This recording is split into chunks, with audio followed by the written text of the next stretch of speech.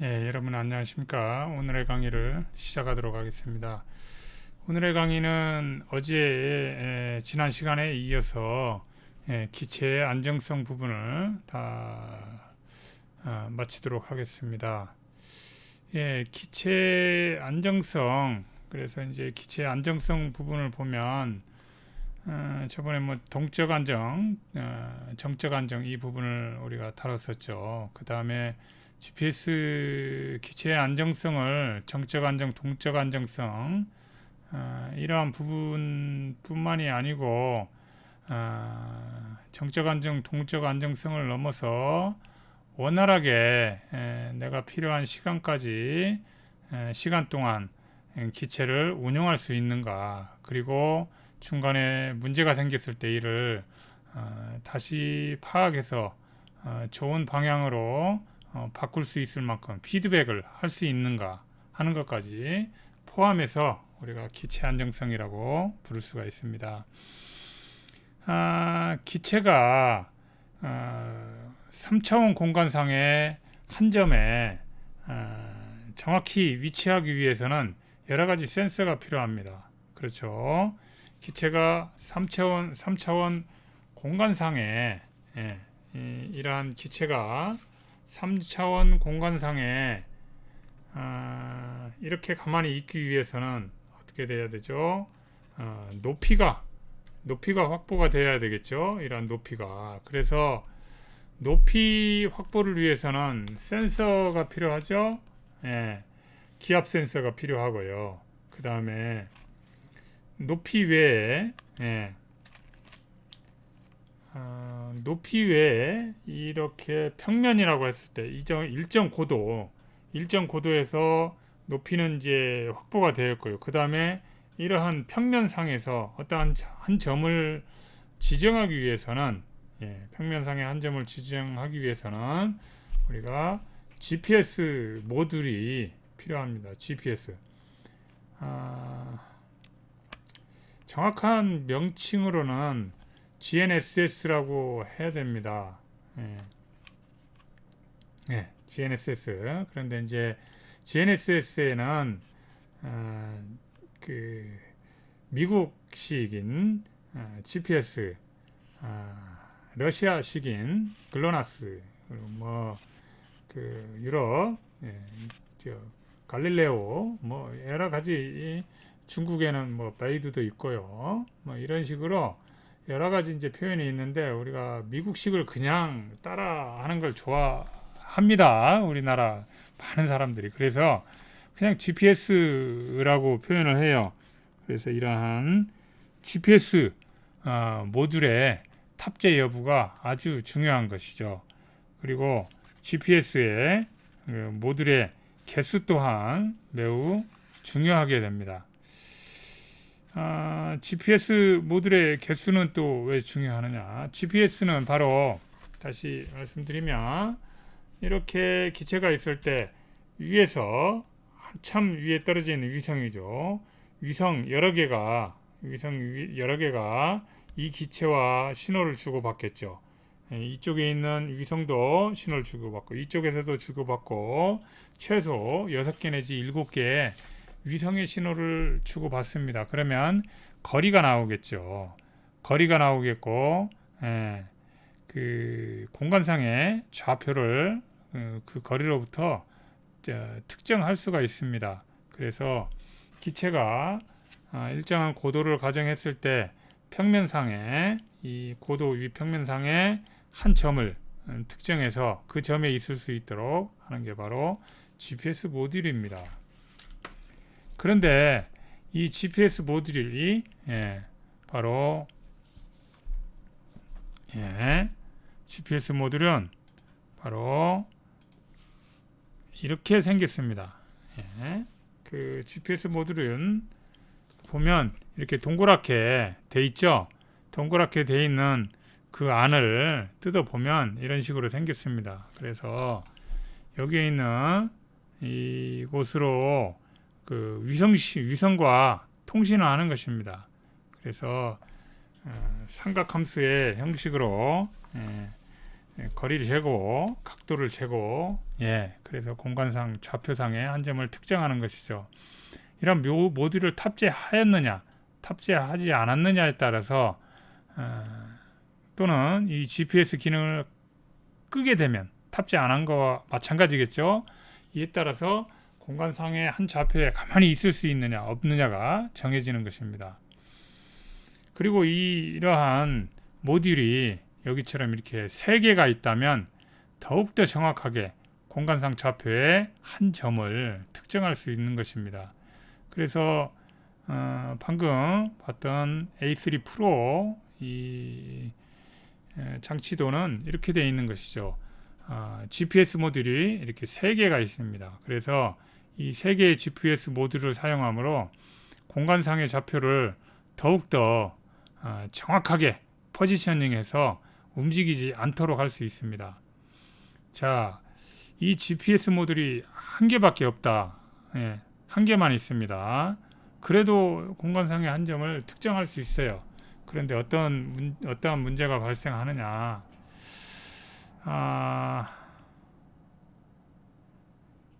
실제로 이론상으로는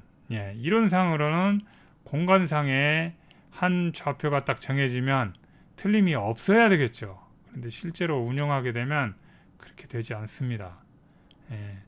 그 기압 고도는 정확한 고도가 아니에요. 그렇죠? 기압 고도라고 하는 거는 공기 밀도를 측정해서 공기 압력이죠. 공기 압력을 측정해서 높이를 재는 건데 바람이 있게 되거나 상승 기류가 있거나 하강 기류가 있으면 공기 밀도가 달라지고 압력이 달라집니다. 그래서 높낮이에 변화가 생겨요. 높낮이에 변화가 생기게 되면 이 좌표상에 그 공간 좌표상에 한 점을 분명히 특정했음에도 불구하고 이게 벗어난 걸로 당연히 거리가 달라지겠죠. 인공위성과 그 GPS 모듈 안테나와의 측정 거리가 달라지게 되므로 이 거리를 맞추기 위해서 이 기체가 이동을 하게 됩니다.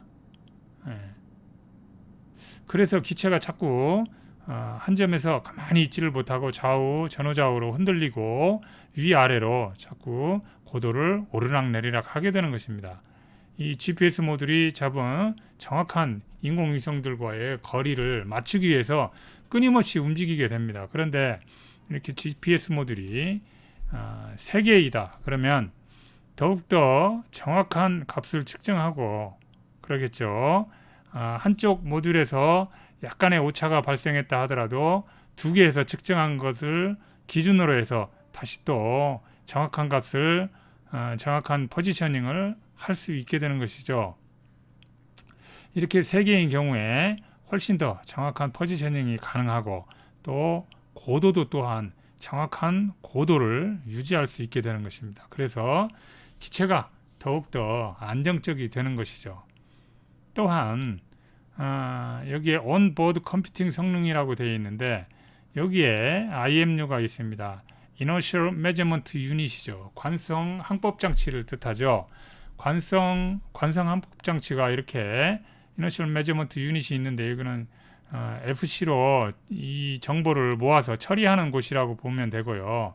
IMU가 이렇게 2개가 있으면 Inertial Measurement Unit, 기본 Inertial Measurement Unit 관성항법 장치이므로 자이로스코프죠.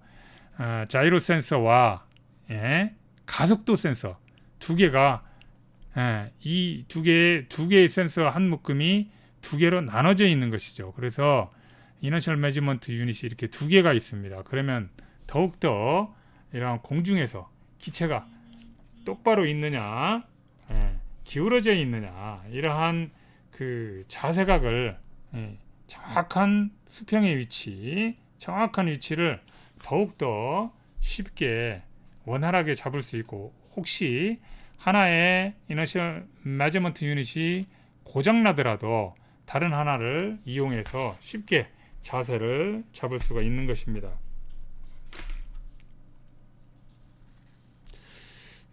그래서 이렇게 온보드 컴퓨터입니다. 이게 바로 여기에 가운데 보이는 게 CPU입니다. 우리가 흔히 쓰는 데스크탑 노트북에 컴퓨터에만 CPU가 있는 게 아니고 이렇게 FC 안에도 CPU가 있습니다. 이 CPU가 모든 그 센서들의 입력 정보를 받아서 이 아웃포트, 모터용 아웃포트에 명령을 내려주게 되는 것이죠.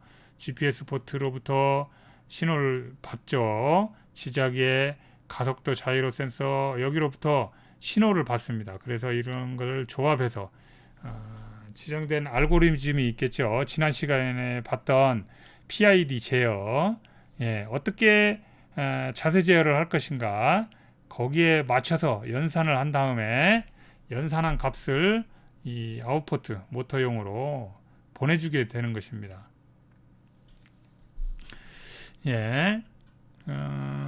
이러한 온보드 컴퓨팅 성능에 따라서 얼마나 빠르게 연산을 하느냐, 그렇겠죠. 그리고 얼마나 이 지자계 센서, 가속도 자이로, 이러한 GPS까지 포함해서 이런 것들로부터 정보를 주고받아서 가급적 많은 센서로부터 정보를 주고받은 다음에 이를 조합해서 보내느냐에 따라서 온보드 컴퓨터 성능이 달라지게 되는 것이죠. 그래서 기체가 얼마나 안정적으로 나를 수 있느냐 하는 것이죠.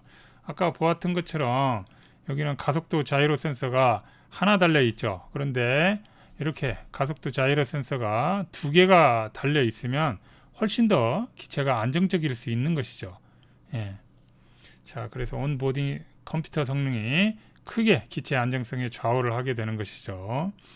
다음으로는 이제 배터리 용량이 있습니다. 배터리 용량은 여기를 보면 인스파이어에 들어가는 배터리인데 이렇게 나눠져 있습니다. 조각조각 나눠져 있죠. 그래서 이제 6셀이고 또 이 셀을 최근에 인스파이어 2 같은 경우에는 두 개로 나눠져 있어서 이 한 셀로 하지 않고 이 두 셀로 나눕니다. 그래서 두 개의 셀을 병렬로 연결시키는 거죠. 병렬로 연결시키면 기준 전압 3.7V 한 셀로 인식이 됩니다. 그래서 혹시라도 비행 중에 셀 하나가 잘못되게 되면 추락하지 않고 이 한 셀로 임무를 수행하기 전이라도 무사히 귀환할 수 있게 하는 것이죠. 그래서 배터리 용량은 기체가 안정적으로 임무를 수행하는 데 있어서 기체 자체의 안정성에도 관련이 있죠. 배터리 용량이 크면 클수록 많은 전력량을 소비할 수 있고 보낼 수 있으니까 자세를 똑바로 잡는 데 더욱더 유리한 것이고, 신속히 자세를 잡을 수가 있는 것이죠. 많은 전력량을 소비할 수 있으므로. 그렇지만 또 안정적으로 임무를 다 수행할 수 있는 배터리 용량이 뒷받침이 된다면 기체 안정성에 크게 기여를 하게 되는 것이죠. 자, 다음으로 배터리 로직 회로 탑재라는 용어가 있습니다. 설명이 있습니다. 위에 보면 기판이에요.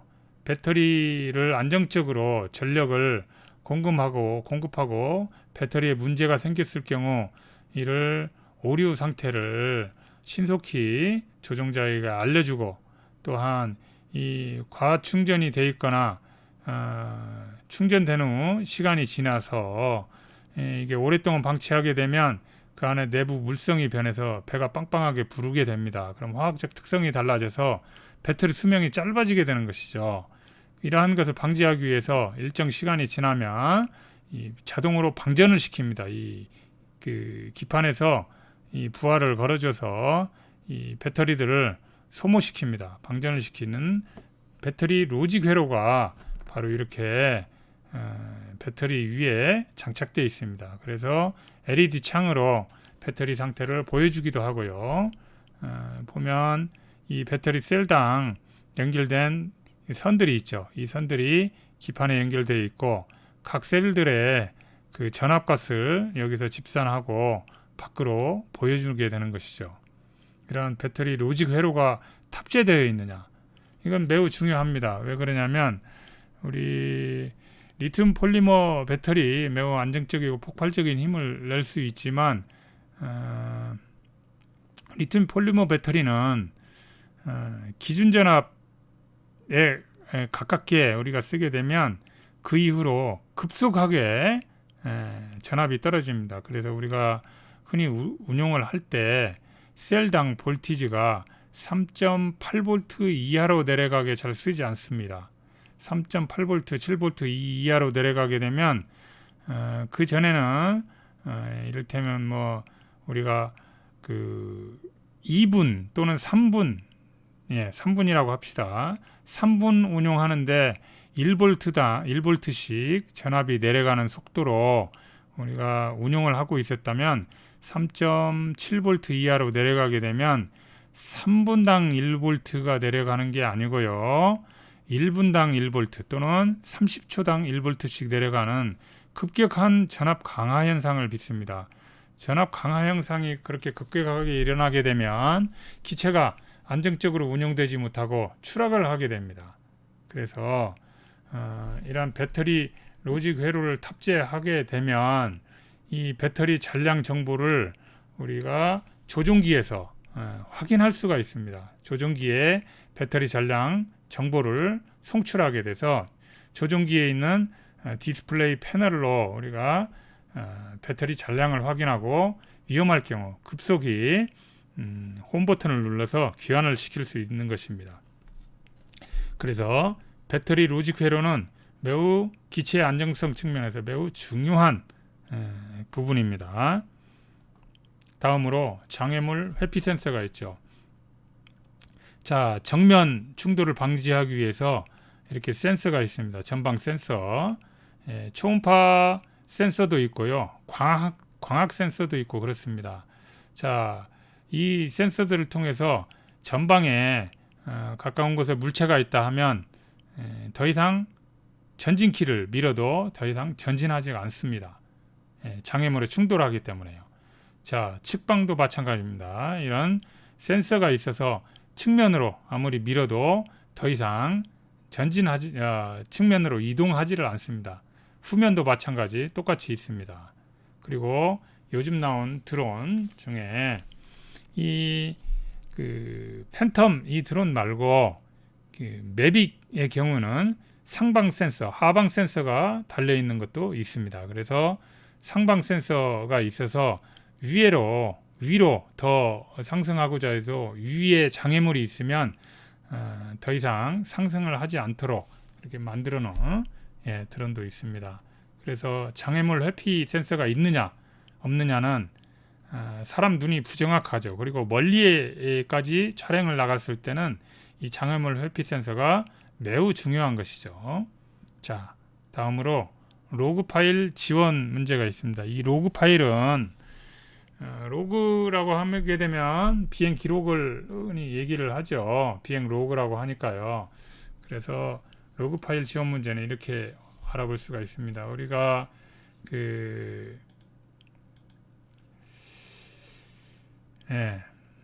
로그 파일을 업로드와 다운로드를 할 수 있는데 DJI 이를테면 DJI를 예로 들겠습니다. 많은 사람들이 쓰기 때문에 DJI 어시스턴트 프로그램이 있습니다. 이 DJI 어시스턴트 프로그램은 컴퓨터에 다운로드 받아서 쓰는 것이고요. 노트북이나 데스크탑에서 쓸 수 있죠. 이 프로그램을 다운로드 받아서 쓰게 되면 기체와 연결해서 기체에 있는 각종 세팅 값을 바꾸기도 하고 기체에 정보를 업로드하고 다운로드 할 수 있습니다. 이 어시스턴트 프로그램은 제품에 따라서 여러 종류가 있습니다. 무조건 어시스턴트 2라는 이 프로그램을 쓰는 게 아니고 내가 팬텀 기체를 가지고 있느냐 또는 인스파이어를 가지고 있느냐 또는 다른 아까 봤던 M3 또는 A3 이런 제품을 가지고 있느냐에 따라서 어시스턴트 프로그램이 다 다릅니다. 그러니까 그에 맞는 제품을 다운로드해서 실행을 시키면 이와 같은 화면이 나타나고요. 실행을 시키면 이와 같은 화면이 나타나고 기체와 연결을 하면 이와 같은 아이콘이 나타나게 됩니다. 그러면 이와 같은 아이콘이 나타났을 때 이 아이콘을 마우스로 죄송합니다. 이 아이콘을 마우스로 누르게 되면 다음과 같은 화면이 뜨게 되는 것이죠. 그래서 이제 이 안에서 기체에 관한 사항을 바꾸거나 조정을 할 수가 있는데, 이 캘리브레이션을 하거나 플라이 데이터를 하거나 그 데이터를 주고받거나 또 펌웨어 업데이트를 하거나 이렇게 할 수 있습니다. 예. 자, 그래서 우리가 데이터 업로드를 누릅니다. 데이터 업로드를 누르면 이와 같은 화면이 나오죠. 뭐 업로드 하게 되면 그 DJI 서버에 업로드를 하게 된다는 거죠. 데이터 그 플라이트 로그를요. 그리고 데이터 업로드를 하게 되면 이 그 DJI 기체가 뭐 이전과는 다르게 나를 수 있다 이거죠. 이런 경우에 다시 껐다가 다시 키면, 그리고 복구를 하게 되면 제대로 된다, 원상태로 복구된다 이런 말입니다. 그래서 여기 확인 컨펌을 누르면 다음과 같은 화면이 뜹니다. 지금 데이터 업로드죠. 예, 이 플라이트 데이터를 누르면 데이터 로그를 이렇게 확인할 수 있고요. 데이터 업로드를 누른 다음에 여기 보면 save to 잠깐만요.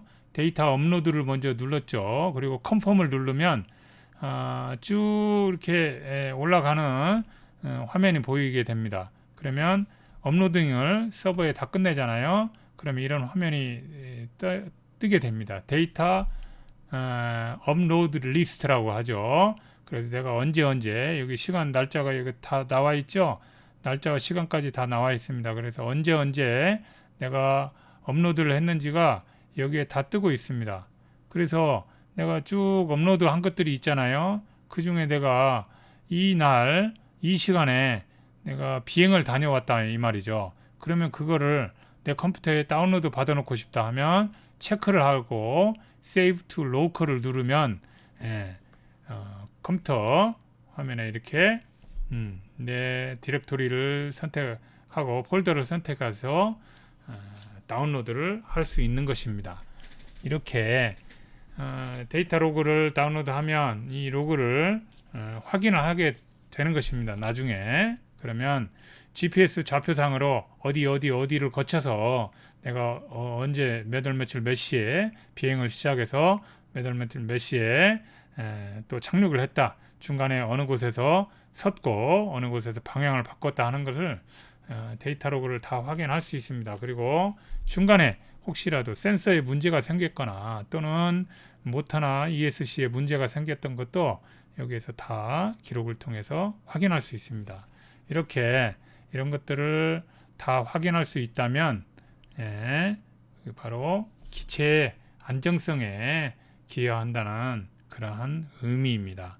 자, 오늘의 강의는 여기까지 마치기로 하고, 다음 시간에는 기체 안정성 까지는 했으니 이제 다음 시간에는 짐벌의 안정성, 김벌이라고 우리가 영어에서 표현하는데, 짐벌의 안정성에 대해서 강의를 계속하도록 하겠습니다. 다음 시간에 만나기로 하겠습니다.